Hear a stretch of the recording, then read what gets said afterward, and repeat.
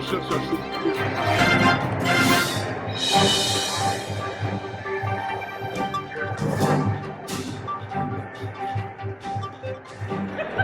Mesdames, Messieurs, bonjour.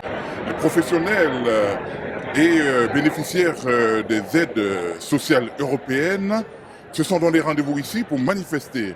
Manifester pourquoi? Manifester contre qui? C'est ce que nous allons vous amener à découvrir. Parmi les manifestants se trouve le CEFA, le Centre de formation pour animateurs de Bruxelles. Bonjour, pourriez-vous vous présenter et nous dire la raison pour laquelle vous êtes là aujourd'hui? Alors, moi, je suis Adèle Esso, co-directrice de la Fédération bruxelloise de l'insertion socio-professionnelle et de l'économie sociale mandatée en insertion. Parfait. Et donc aujourd'hui, vous manifestez pour les sous-sous, on va dire. C'est un peu ça. Oui, en résumé. Donc, on manifeste pour demander un financement structurel pour les organisations d'insertion socio-professionnelle bruxelloises. Parfait. Je vous souhaite une très très bonne manifestation et une bonne journée. Merci. Bonjour.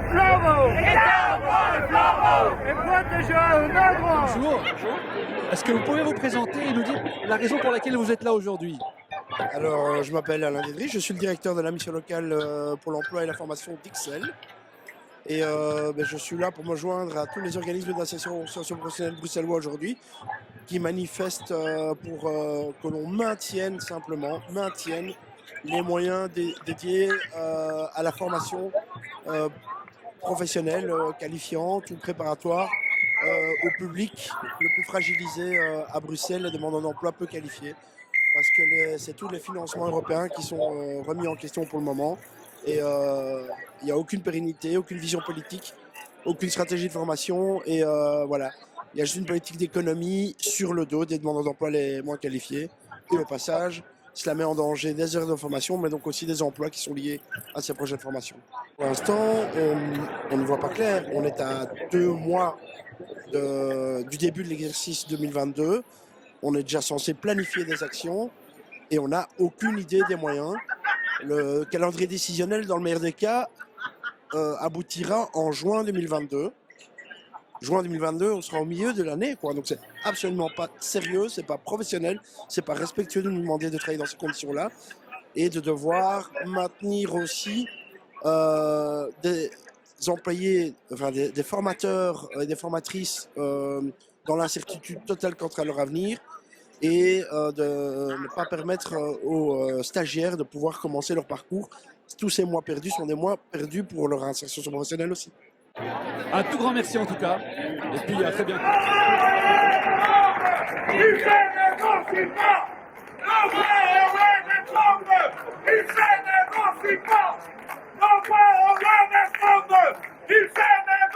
Bonjour, ce serait super sympa de vous présenter et de nous dire la raison pour laquelle vous êtes là aujourd'hui. Alors, mon nom est Tatiana Vanessa Vial-Grosser et je suis co-directrice de la FEBISP. Alors, la FEBISP, c'est la Fédération bruxelloise de l'insertion socio-professionnelle et de l'économie sociale mandatée en insertion. Alors, pourquoi nous sommes là aujourd'hui? Essentiellement pour l'insertion socio-professionnelle, parce que nous avons besoin de financement beaucoup plus structurel pour pouvoir pérenniser nos formations, parce que sinon on se retrouve dans des situations dans lesquelles on n'est toujours pas assuré pour si on pourra donner des formations dans 2-3 mois, quoi. Donc voilà. Donc on a rendez-vous avec le cabinet du ministre le 28, donc rendez-vous a été pris. C'était prévu que ce ne soit pas aujourd'hui, ce sera le 28. L'autre chose, c'est que c'est pas spécialement lui qui a coupé les subsides, hein. Je rappelle quand même que la problématique qu'on a aujourd'hui, on l'a depuis 20 ans. Donc voilà, c'est juste qu'aujourd'hui, ça devient une situation qui est encore plus intenable que d'habitude. Et donc, c'est pour ça qu'on a fait cette mobilisation. C'est parce que ça fait 20 ans qu'on traîne ça, mais aujourd'hui, c'est encore plus grave que d'habitude. Et voilà. Un tout grand merci en tout cas et une bonne manifestation à vous. Merci. Une décision, on tournera. Une décision, on tournera. Bonjour. Est-ce que vous pourriez vous présenter et nous dire les raisons pour lesquelles vous êtes là aujourd'hui?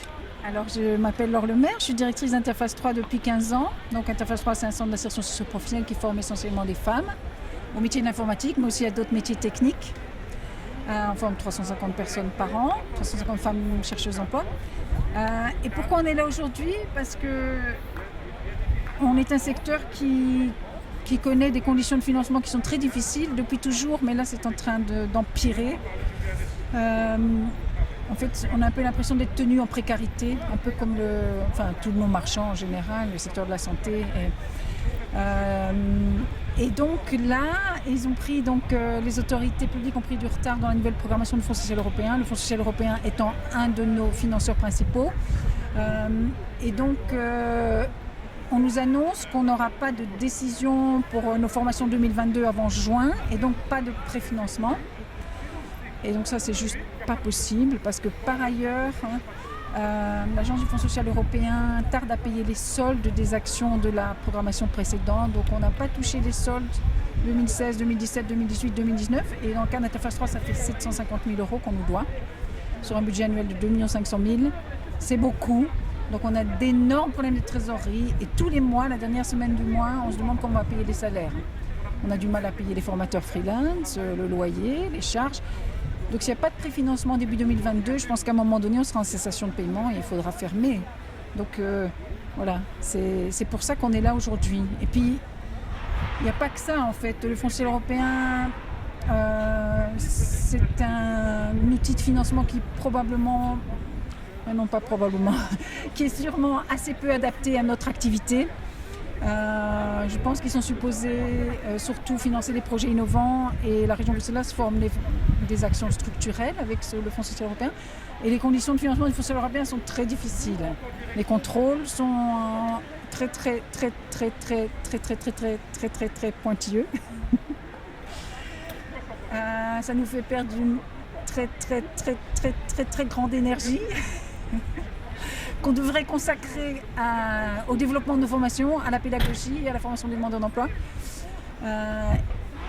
Et on invente toujours des nouvelles méthodes de justification des coûts qui sont beaucoup trop complexes. Donc voilà, c'est pour ça qu'on est là. Vous voyez, c'est un package de contrariétés qui fait qu'aujourd'hui on est dans la rue. Il y a une maltraitance institutionnelle très clairement par rapport à notre secteur, ça c'est sûr. On travaille dans des conditions difficiles. Parfait, écoutez, une bonne continuation et merci beaucoup pour vos réponses. Merci à vous.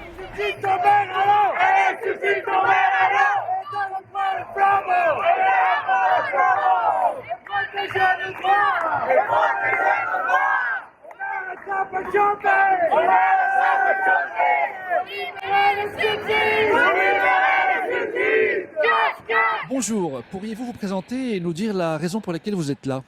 Bonjour, je m'appelle Adrien Lenoble, je suis co-directeur de la mission locale de Saint-Gilles pour l'emploi et je suis aussi vice-président de la FEBISP en l'occurrence. Donc je suis ici à 2 titres, mais le titre principal c'est soutenir le secteur de l'insertion socio-professionnelle qui pour l'instant et depuis au moins 25 ans est mal financé et voire... Enfin, c'est pas bien financé, c'est le principe. Depuis 25 ans, il y a 25 ans à peu près, la FEBISP a été créée pour justement les problèmes qu'il y a avec le financement du Fonds social européen. 25 ans que ça ne bouge pas, 25 ans que ce fonds de financement est donné pour des projets et pas pour du structurel. Expliquez-moi ce que l'alpha est un projet. Non, l'alpha n'est pas un projet, c'est un problème structurel à l'État. Il est véritablement temps que les politiques prennent leurs responsabilités et finance de manière structurelle, je le redis, l'insertion socio-professionnelle. L'insertion socio-professionnelle actuellement, c'est 1000 emplois, c'est plus de 15 000 personnes qui sont suivies pour aller vers l'emploi par après. Je vous donne un exemple. En 2011, il y a eu la crise des subprimes, on dit ça, avec la banque Dexia qui est tombée presque en faillite. L'État a sorti 10 milliards d'euros pour les recapitaliser. Nous, chaque année, le Fonds social européen pour le secteur donne 10 millions d'euros. Avec 10 milliards d'euros, on tient 1000 ans à former les gens. Et est-ce que vous avez vu des banquiers dans la rue à l'époque? Pas un. Il est véritablement temps que l'on respecte le secteur et que l'on respecte les travailleurs qui travaillent pour les gens et pour l'économie. Merci. Un tout grand merci à vous et une bonne continuation en tout cas. Merci beaucoup. Financement structurel pour les OISP bruxelloises.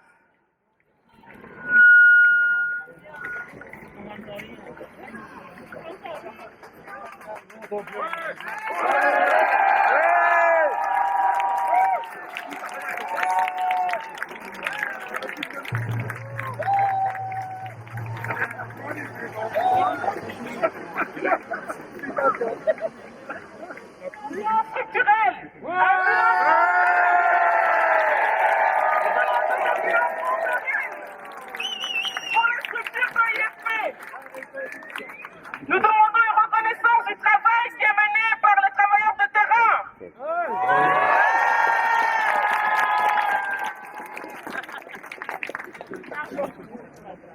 Ce que nous faisons a de la valeur.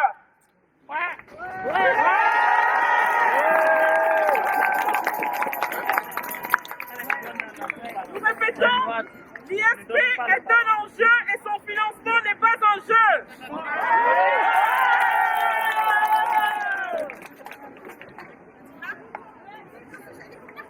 Je vais le redire. L'ISP est un enjeu et son financement n'est pas un jeu.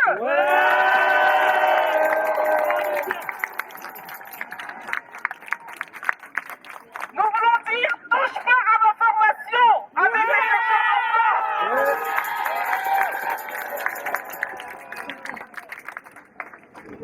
Nous voulons dire un financement structurel pour nos actions de formation.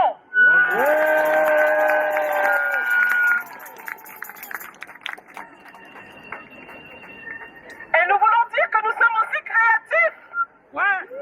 Parce que nous avons trouvé les solutions pendant cette période de Covid pour continuer à accompagner les chercheurs d'emploi. Et nous voulons que ce travail soit reconnu.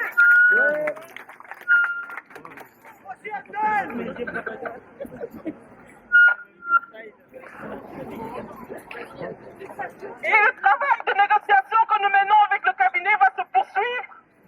Nous avons une réunion le 28 octobre. Nous restons mobilisés parce que nous voulons faire entendre que nous avons besoin d'une solution stable, fixe et pérenne.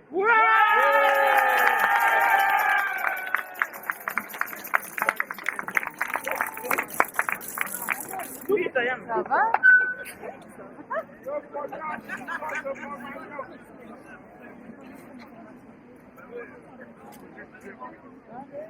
Nous voulons faire savoir que nous sommes la solution, nous faisons partie de la solution, nous ne sommes pas le problème.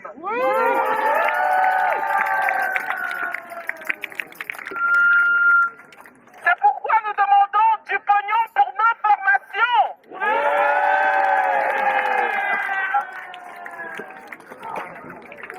Allez tous ensemble, du pognon pour la formation. Du pognon pour la formation. Du pognon pour la formation. Du pognon pour la formation. Du pognon pour la formation. Du pognon pour la formation. Du pognon pour la formation. Du pognon pour la formation. Du pognon pour la formation. Du pognon pour la formation. Du pognon pour la formation. Du pognon pour la formation. Du pognon pour la formation. Du pognon pour la formation. Du pognon pour la formation. Du pognon pour la formation. Du pognon pour la formation. Du pognon pour la formation. Du pognon pour la formation. Nous allons continuer à nous mobiliser, à travailler avec les cabinets pour trouver des solutions pour le secteur, pour que, enfin, les formations puissent être stabilisées dans leur mise en œuvre et dans leur financement. Et nous allons démontrer que l'ISP est importante pour Bruxelles.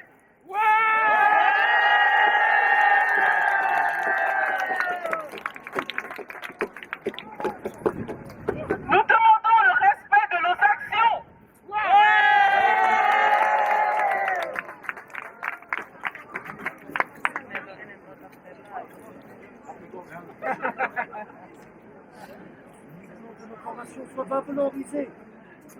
Et nous voulons vous remercier toutes et tous qui vous êtes mobilisés ce matin pour être ici avec nous ensemble, pour faire entendre notre voix, pour faire connaître nos préoccupations, pour pouvoir défendre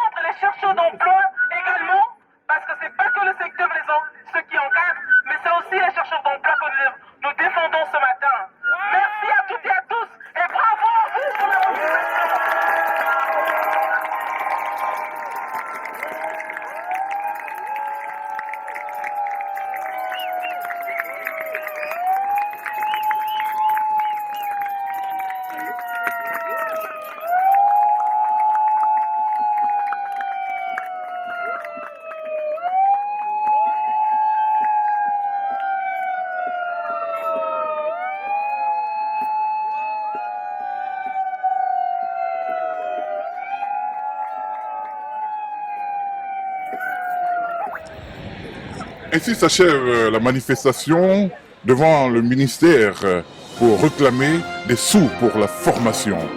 C'était Obiar Chona, Karim, Laura pour CFA TV. Merci.